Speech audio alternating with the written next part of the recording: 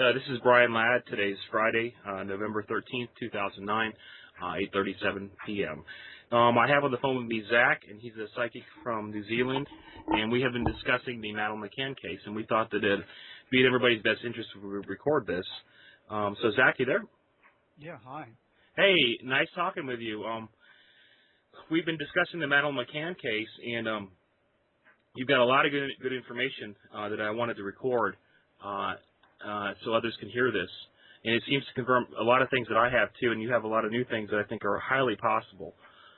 Yes. Everybody knows that Madeleine McCann, she went missing May 3rd, 2007, while on holiday with her parents in Praia de Luz, Portugal. The family's from Great Britain. She went missing. I think she was age 2 when she went missing. She turned 3 during the investigation, and she is 4 now, and I believe she'll be 5 in May. So let's get right to it. We were discussing when, and I've got some notes from you, when she went missing, and what may have happened at that time, and the parents, if the parents were involved or not. You said that you think when she turns 6, something's going to happen. Can you explain that? Yeah, there will be, that is like, if you like, in the Madeleine McCann missing file case situation, that will be the next big breakthrough. And if it may, obviously we want it to involve reuniting with her parents. However, if it isn't that straight up, the next big breakthrough, there's going to be someone who's like an associate of the ring of people who are involved in this. And what is going to happen is it's going to prick his conscience. That's the words that I'm picking up here.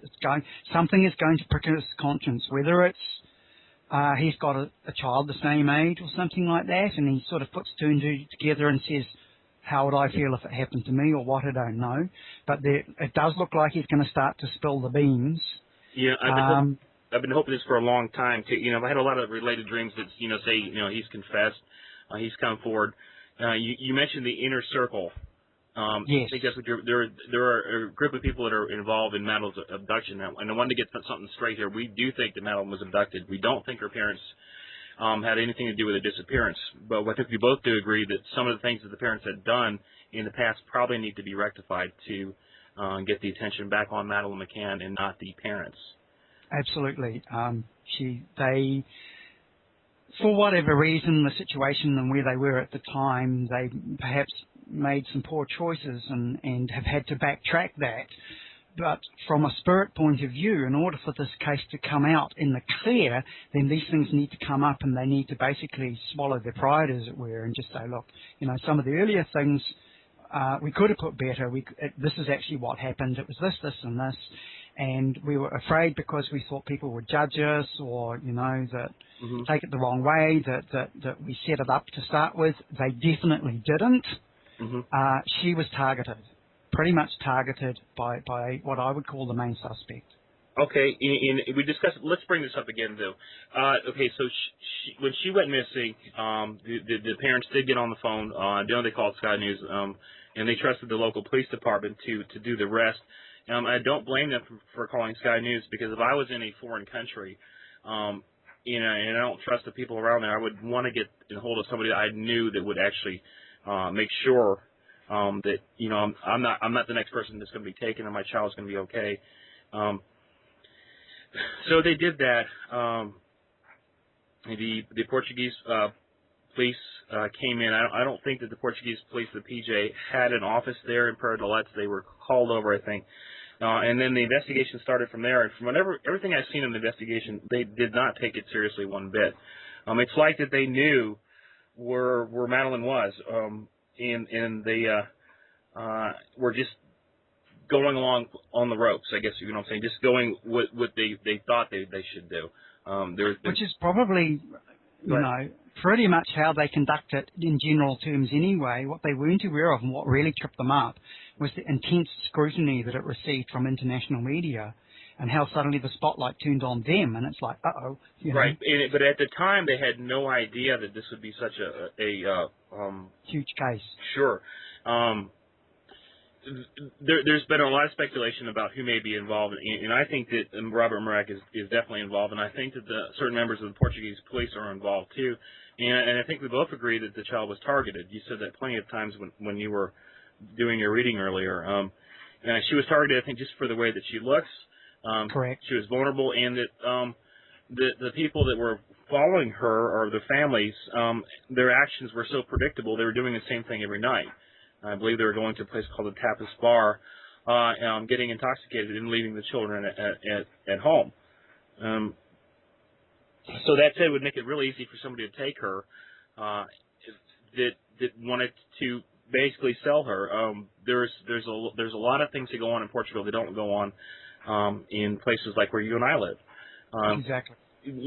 Just looking at the history of Spain and Portugal, and even what goes on today, it's basically a male-dominated society. Women don't have too many rights.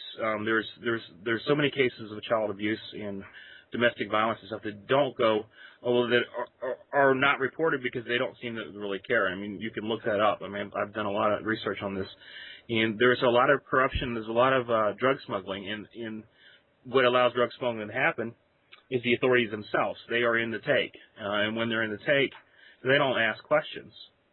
Going back to the inner circle, you said that somebody. There's 20. The number of people involved who either know of it, and I mean directly know of it, or associated with it, is roughly 20 to 30. And that would make perfect sense.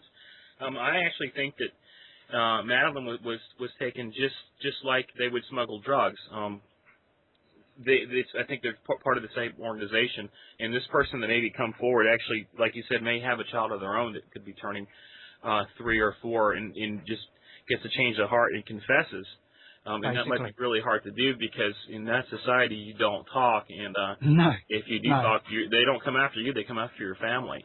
Absolutely. So maybe this person gets their family out of there. But I am sure that the McCanns know about this, but maybe they're scared too that talking or pointing accusations as far as saying that there's corruption like that involved might put Madeleine in danger.